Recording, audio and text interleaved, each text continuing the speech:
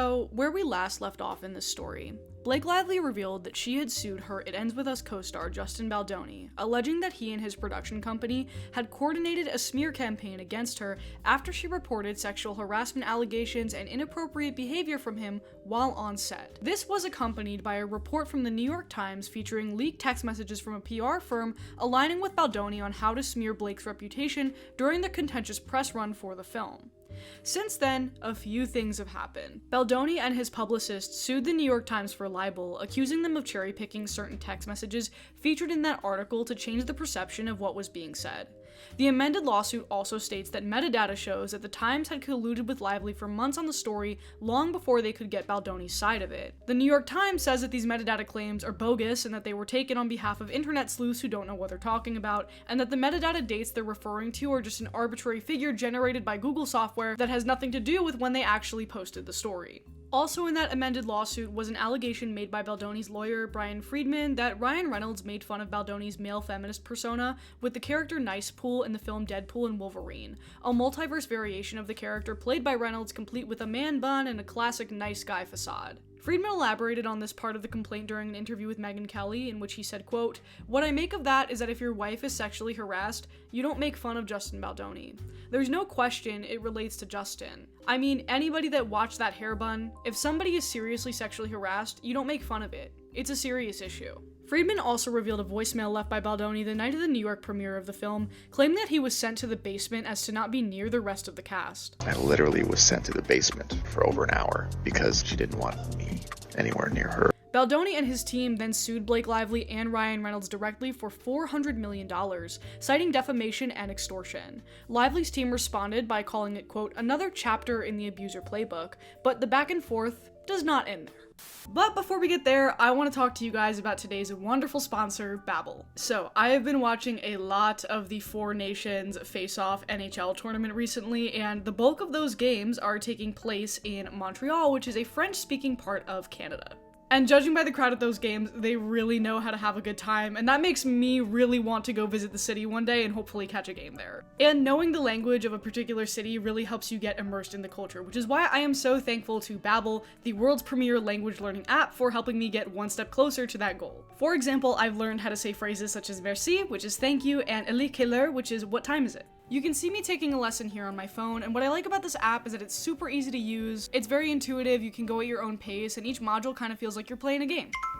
Good spectacle. Babbel's lessons are also created by real language teachers, which helps you learn practical real-world conversations. Additionally, Babbel has been scientifically proven by researchers at both Yale University and Michigan State University to help you start speaking a new language in just 3 weeks. And who knows, maybe I'll learn Swedish next. I'm wearing a Swedish jersey. My favorite NHL player is Swedish. Anyway, so if you want to get started learning a new language in 3 weeks, I highly recommend giving Babbel a try, and you can get started by going to the link in my description down below or clicking on this QR code here. Somewhere over here. And by doing that, you can get up to 60% off on your subscription. So thank you so much to our friends at Babbel for sponsoring today's video, and down in the comments, let me know what language you want to learn. So a few days later, Baldoni's team releases a clip from the filming of It Ends With Us, which is referenced in Lively's initial complaint as a moment that made her uncomfortable during production.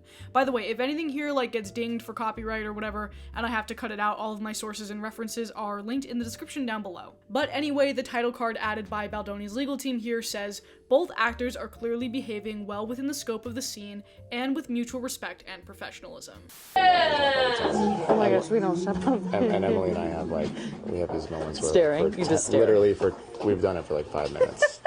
it's like, I think you would find it terrifying. We just literally do each other, and time. I found a sociopath. And time stops. Yeah. But that's just how it's been for us from the beginning. No, we're like, oh my god, there's not enough time. Oh. And they score again. Yeah. Again. It's like, oh my god, I forgot to tell you something else. Oh, I think that's cute.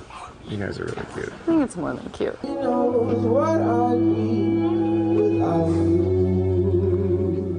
Let's score another. I'm not getting beard on you today. I'm probably getting a spray tan on you. It smells good. Well, it's not bad. It's my body makeup.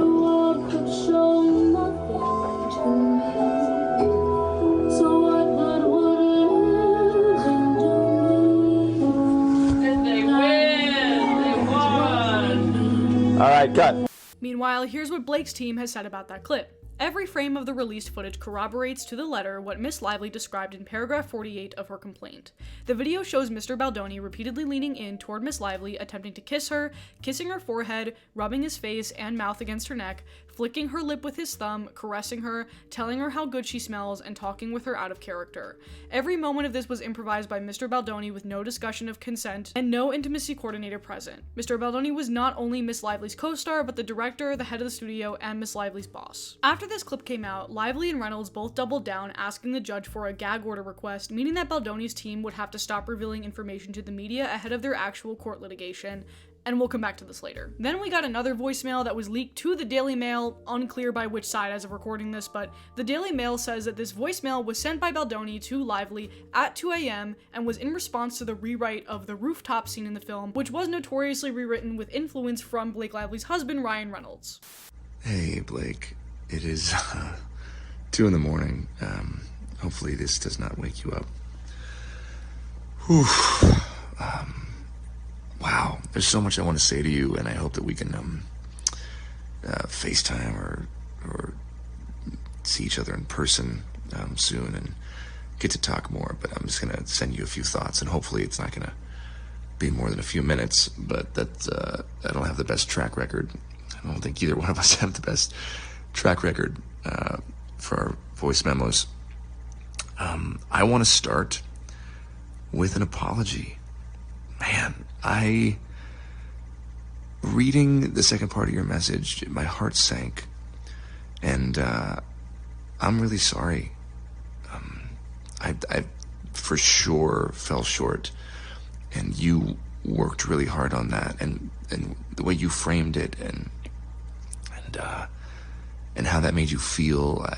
I just want to say thank you for sharing that with me. That takes a lot of trust and vulnerability, and I feel really grateful that you feel safe enough to tell me that that's how you feel.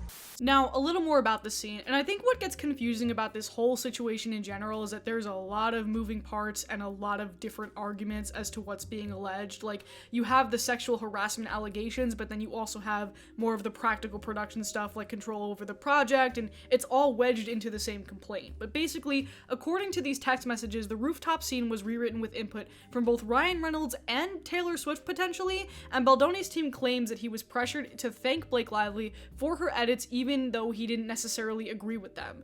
During this conversation at some point, Blake Lively allegedly texted, quote, "If you ever get around to watching Game of Thrones, you'll appreciate that I'm Khaleesi, and like her, I happen to have a few dragons. For better or worse, but usually for better. Because my dragons also protect those I fight for. So, really we all benefit from those gorgeous monsters of mine. You will too, I can promise you." And the dragons here are believed to be a reference to her powerful celebrity husband Ryan Reynolds and her best friend Taylor Swift. By the way, these text messages can be found on a public website launched on Baldoni's behalf, which includes his complaint and what his legal team claims is a timeline of notable events. It is also worth noting here that while the Baldoni team is interested in doing all of this in the name of transparency, they are seemingly also trying to deny a subpoena of phone records submitted by the Lively and Reynolds team.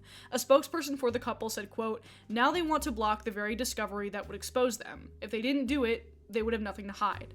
In response to this, Baldoni's lawyer has said, "Subpoenas are an ordinary part of the litigation process. What is extraordinary is what the Lively parties are seeking. They are asking for every single call, text, data log, and even real-time location information for the past 2.5 years, regardless of the sender, recipient, or subject matter. This massive fishing expedition demonstrates that they are desperately seeking any factual basis for their provably false claims. They will find none."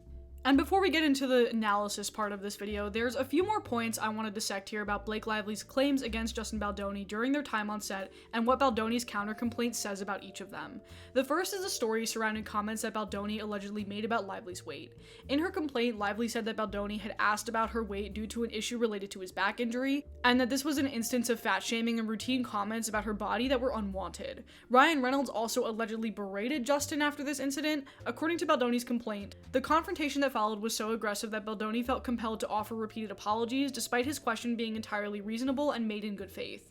Following this incident, Lively refused to perform the lift scene, even though it had already been rehearsed with a stunt double. Lively also alleged that Baldoni introduced her to a wellness coach who was actually a weight loss specialist, calling it another instance of subtle fat shaming. However, text messages claimed that Baldoni was trying to help her improve her gut health after multiple rounds of antibiotics. Additionally, the complaint claimed with a text message receipt that there was an intimacy coordinator present but that Lively refused to meet with them, which is a response to an allegation that Lively's team made that proper intimacy coordinator protections were not met during production. Baldoni's complaint also aims to dispel the allegation that Lively was shown pornography on set without consent by a producer named Jamie Heath, who was also named in the suit.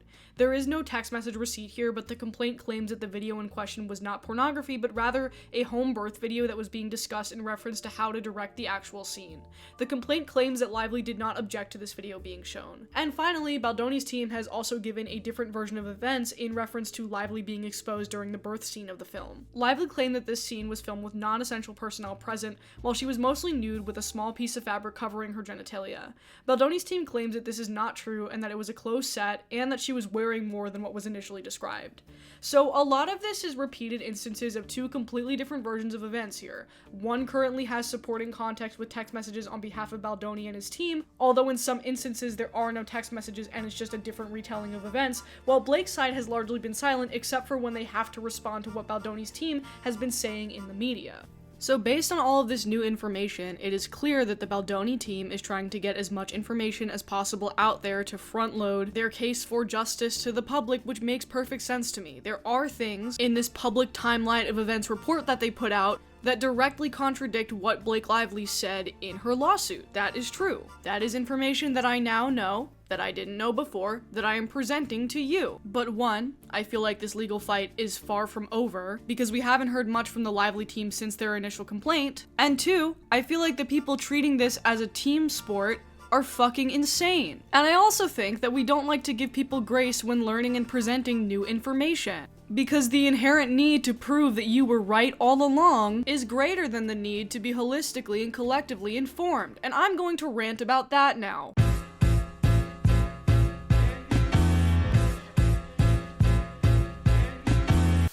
So yes, the first part of this video was intended to be an accurate, unbiased summation of all of the information that has come out thus far, because I think a huge problem with this case is that there is so much information out there and it's all coming and changing every day. There's a lot of legal jargon, there's a lot of points of view to consider and timelines and counter lawsuits, and I'd say that, you know, a good portion of that is by design, and we have a very bad information ecosystem on the internet currently. So if I was able to provide any kind of, you know, objective clarification for you so that you can, like, take that information and be a more informed citizen and be on your way, then I've done my job, right? But, like, now that I've given this information to you, and you know that I am, you know, as well read as I could currently be on the situation, as of recording this video, because as we know, every other fucking time that I've talked about this, a zillion other things have come out after, like, I've said something. That happens, like, every single time. I want to give some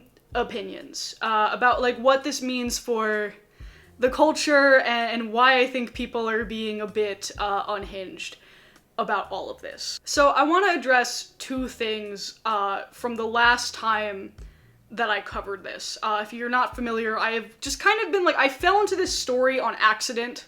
Like, literally before it ends with us, before we knew about any of this drama, like, there's, like, literally a playlist of this saga that, like, I have inadvertently covered, and that, like, kind of inadvertent coverage of it has turned into, like, a deliberate thing, right? The two main points that I want to address in my last video, how the internet fell out of love with Justin Baldoni, kind of have a lot to do with how I feel like we cover situations that have, like, unfolding information and perspectives, right? Because in that video, I took the New York Times at their word in terms of, like, you know, the text messages that they were showing between Justin Baldoni's team and this, like, PR team and the smear campaign and whatever. And the reason why, you know, I kind of put my trust in them is because it's okay to, like, trust journalists and trust reporting. And maybe I have a bias here because I used to be a journalist and I'm friends with a lot of journalists. And I know in particular when it comes to the New York Times, the standards not only that they have to follow in their reporting,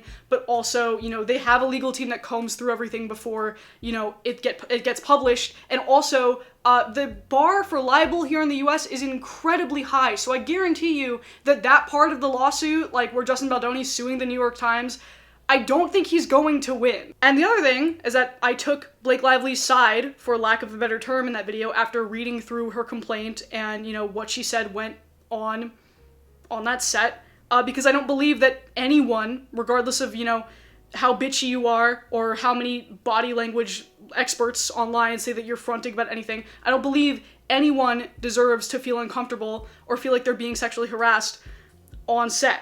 And I still believe that. And I also don't think it's a bad thing that, like, when a woman comes forward and, like, says that that happened to her, for you to believe her. You know what I mean? Like, I find it very fucked up that the automatic inclination for some people is to be like, I don't believe that. I don't believe, like, what that woman is telling me about what she experienced. And I'm saying that, like, independent of whatever evidence anyone has or whatever receipts that anyone has, you know what I mean? I just, like, if a woman, famous or not, especially famous in regards to, like, the context of, like, Me Too, which was not that long ago, and the fact that, like, a lot of the women who come forward with these stories of being harassed, you know, on sets or in the public eye or what have you, like, a lot of them get dragged to shit by the media and by the public anyway. Like, in my opinion, most of the time there's nothing to gain for these women by coming forward with their experiences, you know what I mean? So I'm not gonna be like, I don't believe what she's saying. I think that's, like, a really weird and, like, fucking carceral thing, and I don't like that that's, like, the default. The other thing, as I mentioned a little bit in the recap, is that both sides here are taking two very different approaches to how this is all going to play out. Because remember, this court date for these lawsuits, it's not happening until, like, March 2026, the earliest, as of recording this video. And so both sides have been doing two completely very different things. Justin Baldoni and his legal team have been flooding the zone with information, putting every single thing out there, every text message, anything that could possibly incriminate Blake Lively and, like, you know, clear Justin Baldoni's name, which is the goal of their legal team. That makes sense. But that's the narrative that you're hearing, right? Blake Lively, besides what she has said in response to what Justin Baldoni's team has been putting out directly, has not come forward with anything else beyond her complaint. For example, it says in the complaint that there are other people who witnessed Baldoni's behavior on set, and that there was at least one other person who, you know, was on the other end of that behavior, allegedly. But we haven't heard from anyone else. We've just heard her complaint. That's not to say that, like, you know, she's lying about that. It's just that they haven't come forward yet. Or it's just that, like, you know, maybe they're gonna testify in the actual trial. All of this is happening ahead of the actual trial to sway public opinion. There is a court who is going to figure out who is in the wrong here, and they're going to hear all the testimony, and they're going to hear all the witnessing, and they're going to, you know, cut somebody a check, or somebody's gonna settle something, or somebody's gonna have to pay a fine. Like, that's what's going to happen, but the important thing for the Justin Baldoni team right now is to save his own ass and win the war of public opinion by putting as much information out there as possible. And does that mean that, like, everything that he's putting out there is a lie? No, there's some text messages that directly contradict parts of what Blake Lively's complaint says, for sure, but there's other parts of it that are just, like, a completely different recounting of events to what Blake Lively said, and there's no, like, text receipt there. And I say this as someone who does not give a fuck about Blake Lively or Ryan Reynolds or Justin Baldoni or Taylor Swift or who wrote the rooftop scene. I don't care. What I care about is that every actor, you know, who walks onto a set feels safe and comfortable with what they're doing and who they're working with. That's all I care about. That's all I give a shit about, and that's all anyone should give a shit about. But the apparatus demands more from you, and it demands worse from you. And what I mean by that is, when I posted my How the Internet Fell in Love with Justin Baldoni video, that was a video made based on all the information that I had at the time. I paused comments on that video, not because of people disagreeing with me, but because I was getting these like nasty, brigaded harassment comments from like strangers who clearly don't know me, who have never been to my channel, who just like, you know, they want you to just like humble yourself and make them feel smarter than you. That's what all of this is about, right? Because the thing is, there are a billion low-effort tea-spill channels that will tell you exactly what you want to hear. They all have the over-sensationalized titles. They all have, you know, this is the end for Blake Lively. It just got so much worse for Blake Lively. She's just like such a fucking monster. And like, look at Justin Baldoni, like this innocent, perfect, sweet boy. You can find thousands of those channels that will tell you what you want to hear. And yet you come back to me. You want to pretend that you are smarter than other people. That the random assholes with microphones that you listen to are the good assholes with microphones. You have superior media literacy to everyone else. You really think that Candace Owens lady has a good point. This is going to play out in a court, and everyone involved in the long run is probably going to be fine. But I get frustrated that an isolated situation like this, that is very complicated, that is very deliberately obfuscated by the media, is becoming like an indictment on where you stand personally. Like where your politics stand. You know what I mean? Like, it definitely stands out in my head that the worst fucking people are incredibly pro Justin Baldoni right now. Hello, I'm currently recording this addendum in my closet because the custodial staff in my building put out a fumigator in the hallway, and it is so goddamn loud that I cannot record anything else. So, sorry. After watching this back, I just want to clarify what I mean a tiny bit. What I mean is that this is a complex situation that should remain apolitical, and we should all just be able to, like, consume the facts and understand the complexities of the case, and that should be enough, and like the court doing the same thing should be enough. But because of like previous cases, right, all of it has become a fucking circus that gets co-opted by like political movements, because like it's the internet and nothing happens in a vacuum anymore. You know what I mean? Like, we're gonna see how all of this turns out in the court, and it could very well be the case that the court finds and determines that Blake Lively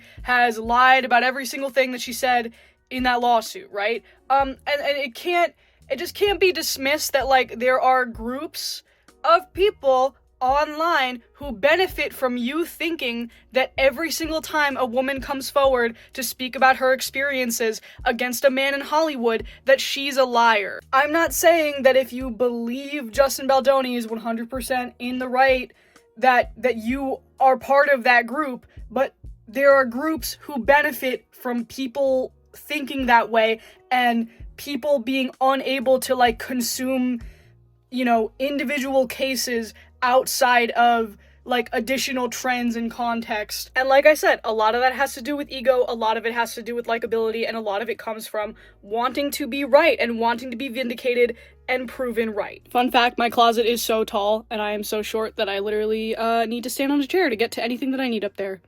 I just think it's so fucking weird and gross how obsessive everybody is over this story. And you know what? I blame my goddamn self, because like I said, I got into covering this saga completely on accident. I'd like to think that I, you know, maybe give a better, kind of more accurate perspective that isn't super sensationalized, that has actual sources and references, and gives both accounts of things. But a lot of you are better off probably just going somewhere where someone will tell you exactly what you want to hear. This is far from over, but I'm done with it. In the words of the late, great David Lynch, fix your hearts or die.